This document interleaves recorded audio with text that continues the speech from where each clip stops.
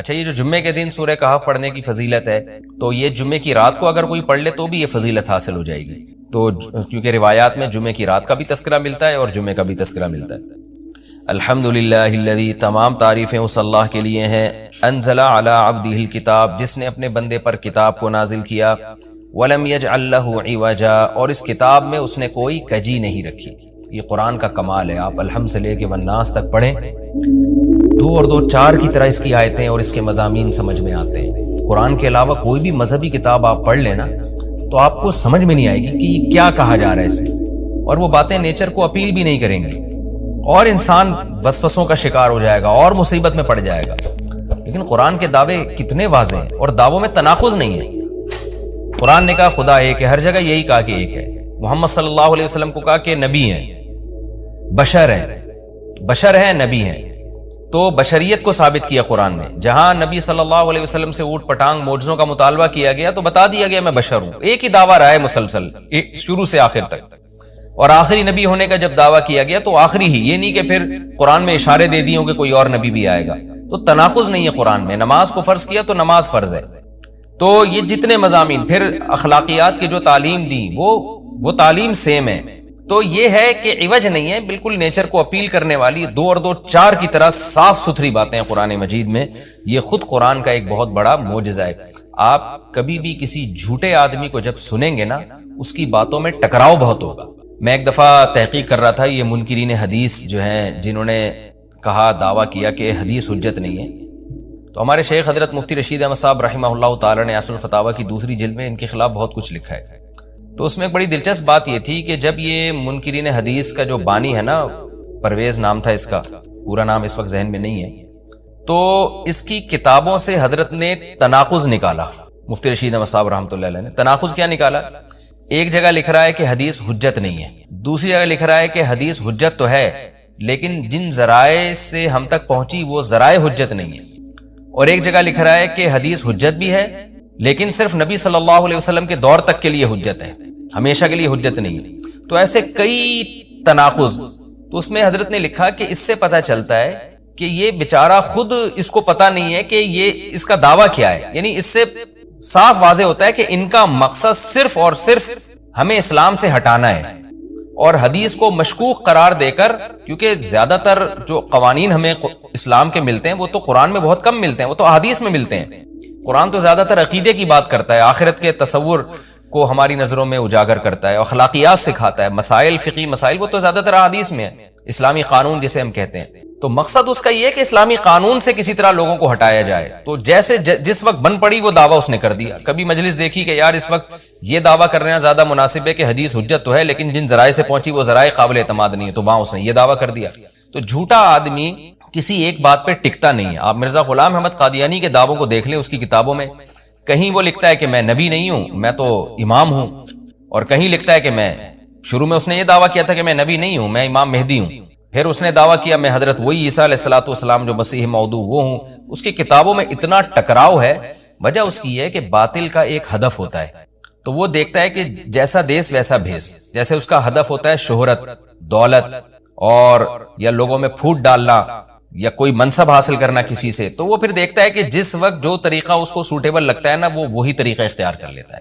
تو ہر باطل میں یہ ہوتا ہے۔ آج بھی ہم دیکھتے ہیں جو اہل باطل ہوتے ہیں وہ کسی ایک بات پہ ٹکتے نہیں ہیں۔ ایک تو ہوتا ہے نا انسان سے غلطی سے ایک دعویٰ ہو گیا، اس سے رجوع کر لے، وہ ایک الگ چیز ہے، وہ تو ہر انسان سے خطا ہو سکتی ہے، لیکن اہل باطل کے دعووں میں بہت ٹکراؤ ہوتا ہے، وہ کسی ایک بات پہ ٹکتے نہیں ہیں۔ آج بہت سارے اسکالرز ایسے ہیں کہ آپ جب ان کی تقریریں سنیں گے یا ان کی کتابیں پڑھیں گے تو انہیں بہت ٹکراؤ نظر آئے گا۔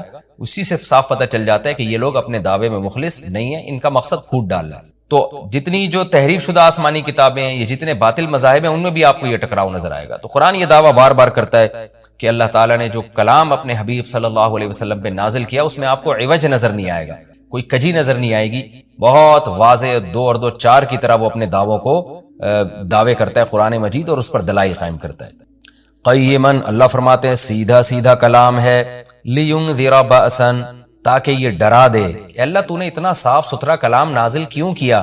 اللہ کہتے ہیں 2 وجہ سے، برے لوگوں کو ڈرانے کے لیے، اچھے لوگوں کو امیدیں دلانے کے لیے، تاکہ برے لوگ برائی سے بچیں اور اچھے لوگوں کو موٹیویشن ملے۔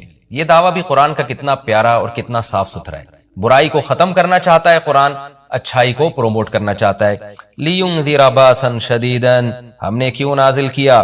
تاکہ یہ ڈرا دے شدید عذاب سے، مِن لَدُنْهُ، اللہ کی طرف سے، یعنی اللہ کی طرف سے ڈرا دے، وَيُبَشِّرَ الْمُؤْمِنِينَ، اور ایمان والوں کو خوشخبریاں سنا دے۔ کون سے ایمان والے؟ الذین یعملون الصالحات، جو اچھے اعمال کرتے ہیں۔ کیا خوشخبری سنا دے؟ ان لہم اجرا حسنا، کہ ان کو اجر ملے گا بہت اچھا، اور ایسا اجر ملے گا ماکثین فیہ ابدا، رہیں گے اس اجر میں وہ ہمیشہ ہمیشہ۔ وینذر الذین قالوا، اور تاکہ یہ کلام ڈرا دے ان لوگوں کو، الذین قالوا، جو کہتے ہیں اتخذ اللہ ولدا۔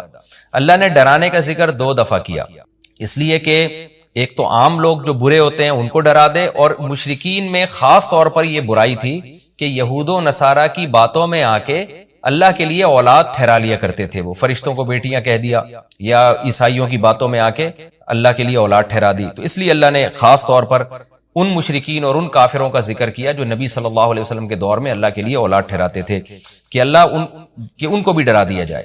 وَيُنذِرَ الَّذِينَ قَالُوا، اور ڈرا دے ان لوگوں کو جو کہتے ہیں اتخذ اللہ ولدا، کہ اللہ نے ٹھہرا لی ہے اولاد۔ سورہ کہف بھی مکی صورتوں میں سے ہے نا، تو اس میں بھی توحید کا مضمون بہت ہوگا۔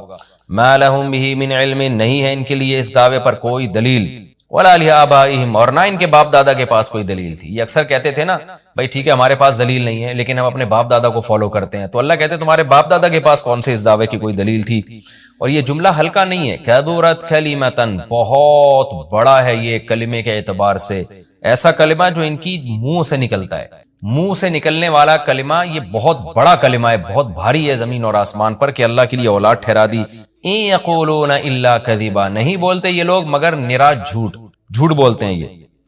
فلعلک باخع نفسک علی آثارہم، اللہ تعالیٰ اپنے حبیب صلی اللہ علیہ وسلم کو تسلی دے رہے ہیں کہ اتنا سری جھوٹ بولتے ہیں اور آپ کی دعوت اتنی واضح ہے پھر بھی یہ ایمان نہیں لاتے، تو اے نبی کہیں ایسا نہ ہو کہ آپ غم میں اپنی جان ہی نہ ہلاک کر بیٹھیں، کیونکہ رسول اللہ صلی اللہ علیہ وسلم کا دل بہت گھٹتا تھا کہ اتنی واضح بات میں کر رہا ہوں، اتنا میرے دعوے میں اتنی کلیئرٹی ہے، اس کے باوجود یہ مانتے کیوں نہیں ہیں؟ تو غم سے آپ کا سینہ گھٹتا تھا، تو اللہ نے آپ کو بتایا کہ یہ آپ کی حالت یہ ہو گئی ہے شاید کہ آپ اپنی جان ہی ہلاک کر بیٹھیں۔ دیکھیں اللہ کا شاید یہ ہماری زبان میں اللہ ہم سے بات کرتے ہیں نا، ورنہ اللہ کے لیے تو شاید نہیں، اللہ کے لیے جو چیز ہوتی ہے یقینی ہوتی ہے۔ تو یہاں شاید کا مطلب کیا ہوگا کہ کوئی بھی دیکھنے والا آپ کی کنڈیشن کو دیکھے نا اس وقت، تو وہ کہے گا کہ آپ کی موت نہ واقع ہو جائے، اتنا غم ہے آپ کو۔ تو مقصد ہے غم کی شدت کو بیان کرنا۔ تو اللہ فرماتے ہیں شاید کہ آپ اپنی جان ہی ہلاک کر بیٹھیں ان کے پیچھے، یعنی ان کے غم میں، اگر یہ لوگ اس قرآن پر ایمان نہ لے کر آئے، اسفا، افسوس اور غم میں آپ کی جان ہی کہیں آپ ہلاک نہ کر بیٹھیں۔ پھر آگے اللہ بتا رہے ہیں کہ یہ ایمان کیوں نہیں لے کر آتے۔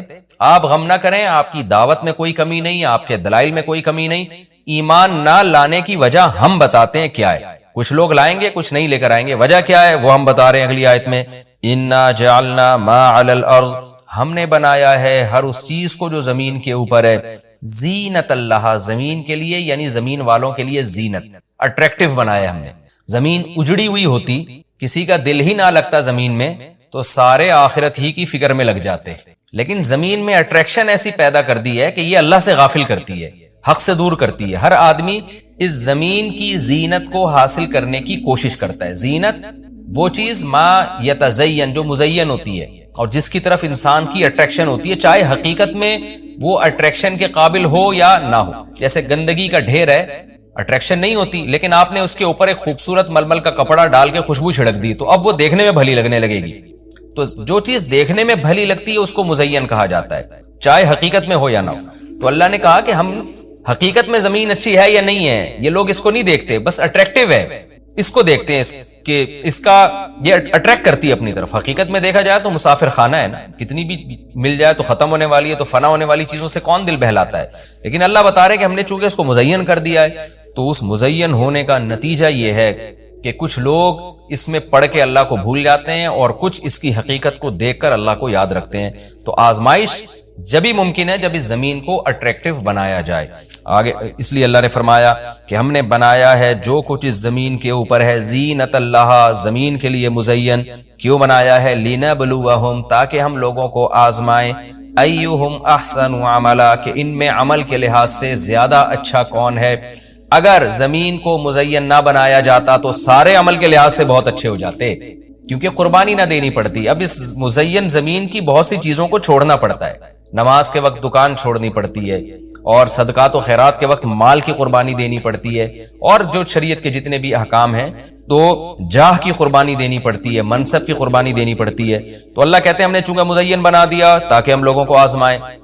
تو ظاہر ہے جب آزمائش ہوتی ہے تو اے نبی کچھ لوگ کامیاب ہوتے ہیں اور کچھ لوگ ناکام ہوتے ہیں، تو آپ چاہتے ہیں کہ ساری دنیا ایمان لے آئے، سارے نیک بن جائیں، یہ آپ کی چاہت پوری نہیں ہو سکتی، کیونکہ امتحان میں 100% لوگ کامیاب عام طور پر نہیں ہوا کرتے۔ وَإِنَّا لَجَاعِلُونَ مَا عَلَيْهَا صَعِيدًا جُرُوزًا، اور یاد رکھو جو کچھ زمین کے اوپر ہے ہم اس کو بنانے والے چٹیل میدان۔ یعنی اللہ نے جب یہ کہا نا کہ زمین کے اوپر کی چیزوں کو ہم نے مزین کر دیا، تو آگے نافرمانوں کو ایک دھمکی بھی دے دی ہے کہ تم جو اس میں پڑھ کر ایمان سے اور نیک عمل سے غافل ہو رہے ہو کہ بھئی اتنی اٹریکشن ہے، تو اس کا ایک دوسرا پہلو بھی ہے۔ وہ پہلو کیا ہے؟ چٹیل میدان بن جائے گی، سب تباہ و برباد ہو جائے گا۔ یعنی ایگزامینیشن ہال میں جب جو نعمتیں آپ کو دی جاتی ہیں وہ ہمیشہ کے لیے تھوڑی دی جاتی ہیں، وہ تو اس وقت تک کے لیے دی جاتی ہیں جب تک امتحان چل رہا ہے، اس کے بعد وہ لے لی جاتی ہیں واپس۔ تو اسی طرح اللہ اس زمین کو ختم کر دیں گے، اور تب پوری ترقی، جو انسان کی جتنی بھی ترقی ہے زمین میں اور کائنات میں، ساری زمین بوس ہو کے ختم ہو جائے گی، اور اللہ تعالیٰ جس مقصد کے لیے انسان کو پیدا کیا گیا اس مقصد کے بارے میں انسان سے سوال کریں گے۔ ام حسبت ان اصحاب الکہف والرقیم، قرآن نے یہ کچھ تمہید بیان کی کہ یہ دنیا آزمائش کے لیے اور سب کچھ ختم ہو جائے گا، جو قرآن کا اصل مقصود ہے۔ اب قرآن ایک واقعے کی طرف آتا ہے۔ مشرکین مکہ یہود و نصارہ سے بہت سی چیزیں سنا کرتے تھے، اور یہود آ کے ان کو چپکے چپکے گائیڈ کرتے تھے کہ جس نے نبوت کا دعویٰ کیا ہے نا، تم ان سے یہ سوال پوچھو، تم ان سے یہ سوال پوچھو۔ پھر یہود دیکھتے تھے کہ ہماری تورات کے مطابق جواب ملتا ہے کہ نہیں ملتا، تو ان کا یعنی خیال یہ تھا کہ محمد صلی اللہ علیہ وسلم جواب نہیں دے پائیں گے تو ہم بتائیں گے دیکھو ہماری تورات میں تو یہ لکھا ہے، اگر یہ اللہ کے نبی ہیں تو یہ تو ہر آسمانی کتاب یہ واقعہ بیان کرتی ہے، تو قرآن کیوں بیان نہیں کر رہا؟ تو یہودیوں نے آ کے مشرکین مکہ سے کہا، مشرکین مکہ نے نبی صلی اللہ علیہ وسلم سے سوال پوچھا۔ ان میں 3 سوال تھے، ایک روح سے متعلق جس کا سورہ بنی اسرائیل میں جواب دے دیا گیا، ایک حضرت ذوالقرنین سے متعلق کہ وہ کون سا بادشاہ تھا جس نے پوری دنیا پہ حکومت کی ہے، ان کا تذکرہ اللہ نے قرآن میں بیان کیا، اور ایک اصحاب کہف کے بارے میں۔ تو اب قرآن ان کے واقعے کو بیان کر رہا ہے۔ ام حسبت ان اصحاب الکہف والرقیم کانوا من آیاتنا عجبا، اے نبی آپ یہ سمجھتے ہیں کہ اصحاب کہف اور جبل والے پہاڑ والے لوگ، غار اور پہاڑ والے لوگ کیا ہماری نشانیوں میں سے بڑی عجیب نشانی تھے؟ کیا آپ یہ سمجھتے ہیں؟ یعنی یا تو اس کا جواب یہ کہ واقعی یہ نشانی تھے، یا یہ کہ یہ اتنی بڑی نشانی نہیں تھے جتنی بڑی اس کائنات کو بنا دینا بڑی نشانی ہے۔ اذ اول فتیتو، اللہ نے اس واقعے کو بیان کیا، اس وقت کو یاد کرو جب چند نوجوانوں نے ٹھکانہ پکڑا الی الکہف، ایک بڑے غار کی طرف، فقالو، پھر کہنے لگے۔ اب دیکھیں قرآن جب واقعہ بیان کرتا ہے نا تو سوال تو مشرکین نے اصحاب کہف کا پوچھا تھا، بتا دیا جاتا بھئی ایک زمانے میں اصحاب کہف تھے جو مشرک بادشاہ تھا جس کے ظلم سے تنگ آ کے وہ علاقہ چھوڑ کے چلے گئے، اور 300 سال غار میں رہے، اور پھر 300 سال کے بعد واپس آئے اور لوگوں نے پھر بڑی عقیدت کی، محبت کی، بس اتنا کافی تھا۔ لیکن قرآن واقعہ اس انداز سے بیان کرتا ہے کہ اس میں اسباق ملنا شروع ہو جائے، ہمیں اس میں اسباق ملنا شروع ہو جائے۔ اب دیکھیں شروع کیسے کیا جا رہا ہے۔ کیا تم یہ سمجھتے ہو کہ اصحاب کہف کا واقعہ کوئی عجیب واقعہ ہے؟ یعنی اللہ کے لیے تو کوئی عجیب نہیں ہے، یعنی انسانوں پر گویا اللہ تعجب کر رہے ہیں کہ اس واقعے کو تم عجیب سمجھ رہے ہو، اور اس سے بڑے عجیب عجیب کام جو ہم نے کر دیے، پانی کے قطرے سے انسان کو بنا دیا اور اتنا بڑا نظام بنا دیا ہم نے کائنات کا، اس کو عجیب نہیں سمجھ رہے۔ تو یہ انسان کی بھی عقل ہے نا کہ ایک واقعہ عجیب و غریب ہو جائے تو اس پہ حیران ہو رہا ہوتا ہے، اور وہ پوری کائنات بن گئی اور انسان کا پانی سے وجود میں آ جانا، چونکہ یہ ہم اس کے عادی ہو چکے ہیں یہ منظر دیکھنے کے، تو یہ ہمارے نظر میں عجیب نہیں رہا، ورنہ حقیقت میں تو اس سے زیادہ عجیب کام اللہ کر چکا ہے۔ تو ایک تو سبق اللہ نے ہمیں یہ بتایا اس واقعے میں کہ یہ واقعہ اتنا عجیب نہیں جتنا اللہ کے دوسرے کام زیادہ عجیب ہیں۔ تو قرآن واقعہ بیان کرتا ہے اس انداز سے تاکہ ہمیں اس سے اسباق ملیں۔ اذا والفتیۃ الی الکہف، نوجوانوں نے غار میں پناہ لی، فقالوا ربنا، اور کیا کہنے لگے، اے ہمارے رب، آتنا من لدنک رحمہ، تو دے ہمیں اپنی طرف سے رحمت، اور ہیئ لنا من امرنا رشدا، ہمارے معاملے میں کوئی رشد کا انتظام کر دے، یعنی درستگی کا انتظام کر دے۔ اس میں کیا سبق ملتا ہے کہ جو مشرک بادشاہ تھا، کافر بادشاہ تھا، چند نوجوان اسلام لے کر آئے اللہ کے برحق دین کو قبول کیا، ان کو یہ یقین تھا کہ ہم اس علاقے میں رہ کر اپنے دین اور مذہب پہ قائم نہیں رہ سکتے، لہذا انہوں نے ارادہ کیا ہم ہجرت کرتے ہیں۔ تو اب ہجرت کر کے جائیں کہاں؟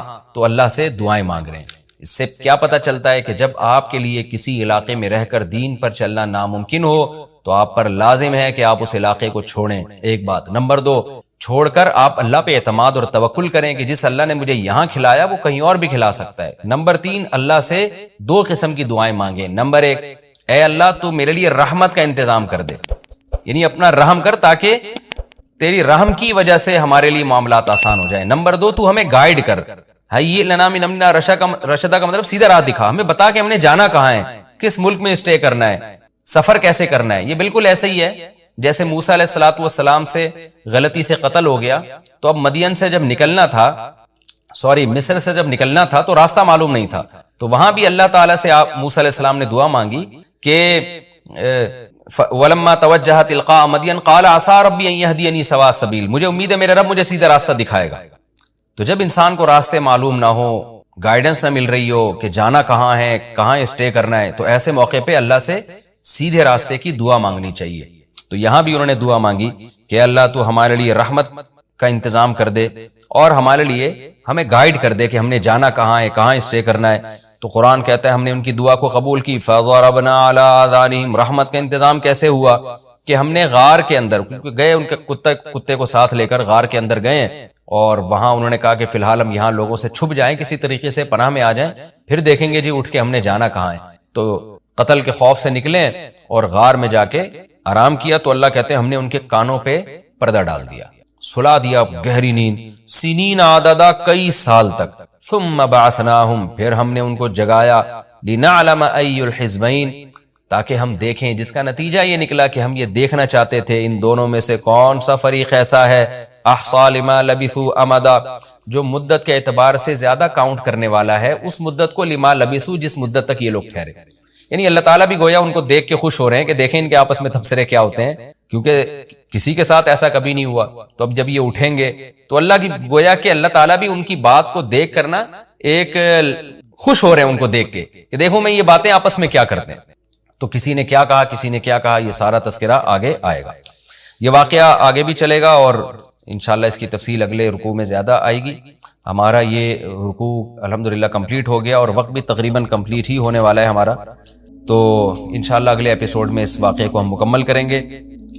تفسیر اس کی بہت آسان ہے، زیادہ ڈیٹیل میں جانے کی ضرورت نہیں ہے، اور میں بار بار بتاتا ہوں کہ یہ جو میں تفسیر کے لیکچر ریکارڈ کروا رہا ہوں، اس کا بنیادی مقصد صرف یہ ہے کہ جب آپ قرآن مجید کی تلاوت کریں تو آپ کو سمجھ میں آئے کہ آپ کیا پڑھ رہے ہیں، کیا سن رہے ہیں۔ تلاوت سنیں تو سمجھ میں آئے کہ کیا سن رہے ہیں آپ، تراویح میں یا ویسے نارملی جب آپ تلاوت کرتے ہیں۔ اس تفسیر کے لیکچر کا مقصد لمبی چوڑی تفسیریں نہیں ہیں، کیونکہ میں اگر چاہوں تو ایک رکوع میں 6 مہینے لگا دوں اس کی ڈیٹیل بیان کرنے میں، اور چاہوں تو میں مختصر رکھوں اس کو۔ تو میں نے مختصر اس لیے رکھا ہے کہ آپ کو قرآن سمجھ میں آئے، لہذا قرآن سامنے رکھ کر آپ بیٹھا کریں اور ایک ہی لائنوں والا قرآن ہمیشہ رکھیں۔ 15 لائنوں والا ہے تو پوری زندگی پھر 15 لائنوں والوں سے تلاوت کریں، 16 لائنوں والا ہے تو 16 لائنوں والے سے آپ تلاوت کریں، تاکہ آپ کو جب وہ صفحہ سامنے ہوگا نا تو آپ جب بھی تلاوت کریں گے تو آپ کو اس کا مفہوم انشاءاللہ ذہن میں آئے گا، تو قرآن کی بیس آپ کی مضبوط ہو جائے۔